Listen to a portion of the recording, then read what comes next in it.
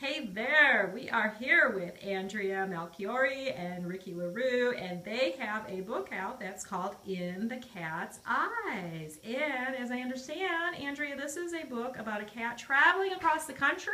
That sounds crazy. Yes. So what happens? Where did this come from? Well, it first started about 2000, 2001, when I realized that I have lived in Michigan all my life and have been hearing, while I was growing up, other people living in different states and countries and so forth. Well, why haven't I?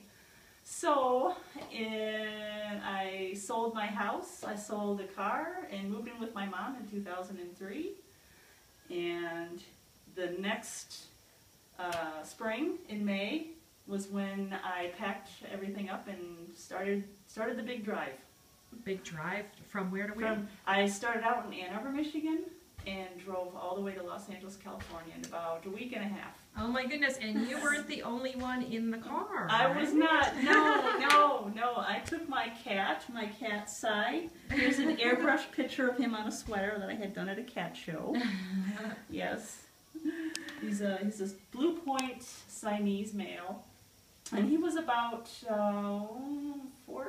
14, 15 years old when I took him across country. Okay, great. Sounds like quite an adventure he had. Where all did you and Cy stop along the way? What do we see chronicled in the book?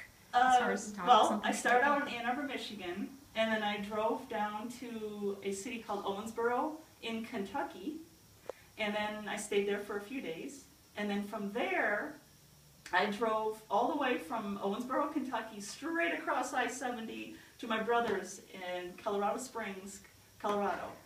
And I stayed with him for, I don't know, it was about 4 or 5 days or so. And then from there, I trekked through the Rocky Mountains to Las Vegas. And I stayed in Las Vegas about, that was only maybe 3 or 4 hours.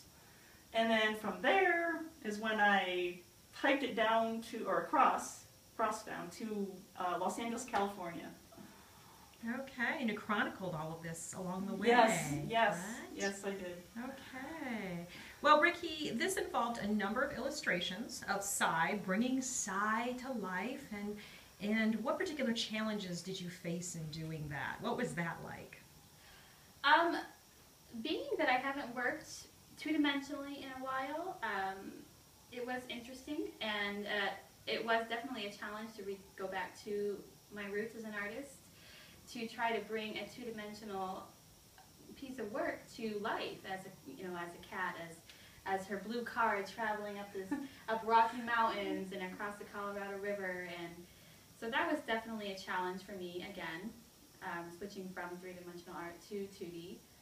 Did you have to do a little bit of research about some of these places? How descriptive did you get in your illustrations? I did. I got pretty in depth in my research. I read the book. I read the manuscript quite a few times. I very often would go into the book to pull out the specific scene so I can get capture the mood of what was happening and the atmosphere, so that I could portray that into the drawing and kind of give the viewer something to really hold on to and to grasp that. Okay, and how did you get started in art? Is this something that you wanted to do from a young age, a very young age? Yeah, I think all kids want to be artists when they're at a young age. But I definitely knew that was something that I've always wanted to do. I never really had any other question as to what I was going to be. I was very influenced by my grandmother. She bought me my first art kit, pastels and colored pencils, so that was kind of a nice roundabout there. Okay, and Andrea, I know you're a cat lover, right? I'm a big cat lover. And you have cats now? Yes, right? Yes, I have cats, but let me say something about, sorry, this picture's a little small here. This is my very first cat. This is where it all started. This is me in 1974 with a little kitten that my dad brought home. Cute. His name was Tiger. It's not Siamese though, right? No, it's not Siamese. It's a red point. Looks like a cat named Morris. And I remember Morris. I've had a variety of cats since then.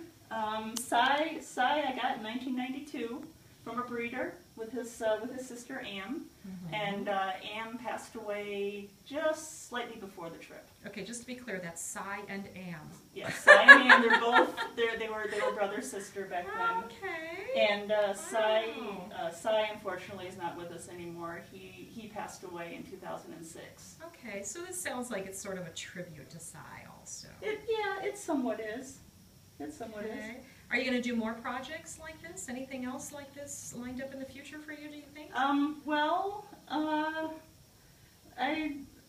kind of tinkering around with the idea that I drove to California, but I also came back home.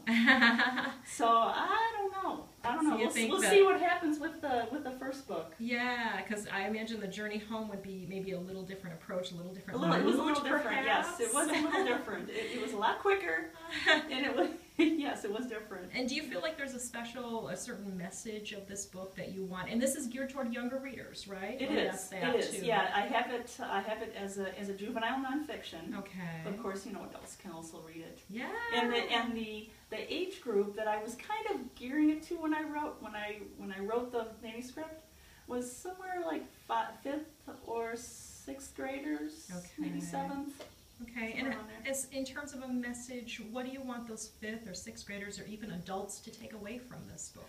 The message is just to see and just realize the adventure of a human with the cat and their bond. And the close bond with any pet, really. I mean, there are humans out there who just love their pets no matter what it is. Okay. And they're that bond, that close bond. And Ricky, for you, are there certain projects on the horizon that we'll see from you? I mean, what are you interested in doing as you're moving forward from this book? Well, hopefully illustrating another book, if that comes to pass. Basically, I just plan to keep producing work. It's my lifetime goal is to never stop producing work. Okay. What do you think is the most unique piece that you've sculpted as a sculptor? The most unique piece? Yeah. What do you get the most comments on when people are looking at your work? I actually wore it for one of our meetings.